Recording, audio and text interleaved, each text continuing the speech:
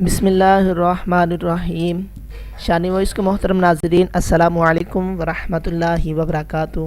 قرآن learning course کے lecture number 5 میں آپ کو خوش آمدید کہتا ہوں۔ اپنے سبق کی جانب پڑھنے سے پہلے آپ سے ایک گزارش کروں گا کہ پلیز ویڈیو کو زیادہ سے زیادہ لائک اور شیئر کیا کریں، کیونکہ یہ جو میں ویڈیو بنا رہا ہوں یہ میں آپ کو قرآن پاک سکھانے کی صحیح انداز کے ساتھ کوشش کر رہا ہوں۔ اگر آپ اس کو زیادہ سے زیادہ شیئر کریں گے تو دوسرے لوگ بھی اس ویڈیو سے اپنے قرآن پاک کے تلفظ کو صحیح کر سکتے ہیں۔ تو آئیے اپنی سبق کی جانب بڑھتے ہیں۔ پہلے پچھلے سبق کو دیکھ لیتے ہیں، پھر آج کے سبق کو دیکھیں گے۔ اعوذ باللہ من الشیطان الرجیم، بسم اللہ الرحمن الرحیم۔ الف با تا ہا جیم ہا خا دال ذال را زا سین شین صاد داد۔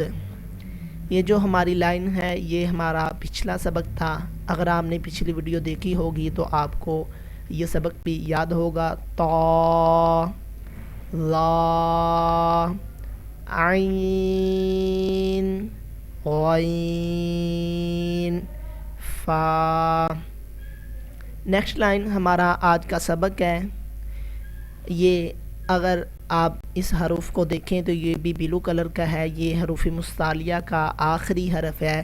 اس کو بھی ہم نے پوری یعنی موٹا پڑھنا ہے۔ اگر آپ اگلی طرف دیکھیں تو یہ بھی حرف کاف ہی ہے، یعنی یہ اور یہ دونوں حرف آپس میں ملتے جلتے ہیں مگر ان کی آواز میں بہت زیادہ ڈفرینس ہے۔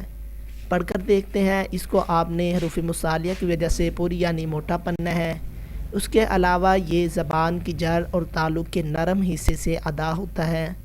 قاف، اور یہ والا جو کاف ہے یہ زبان کی جڑ اور تعلق کے سخت حصے سے ادا ہوتا ہے، جبکہ اس کی آواز باریک ہوگی۔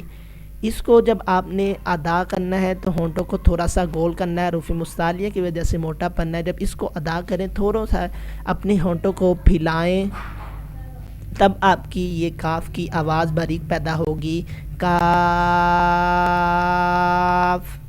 اگلے حرف پر آئیں۔ لام میم نون۔ یہ تھا ہمارا آج کا سبق۔ ایک مرتبہ پھر آپ کو پڑھا دیتا ہوں۔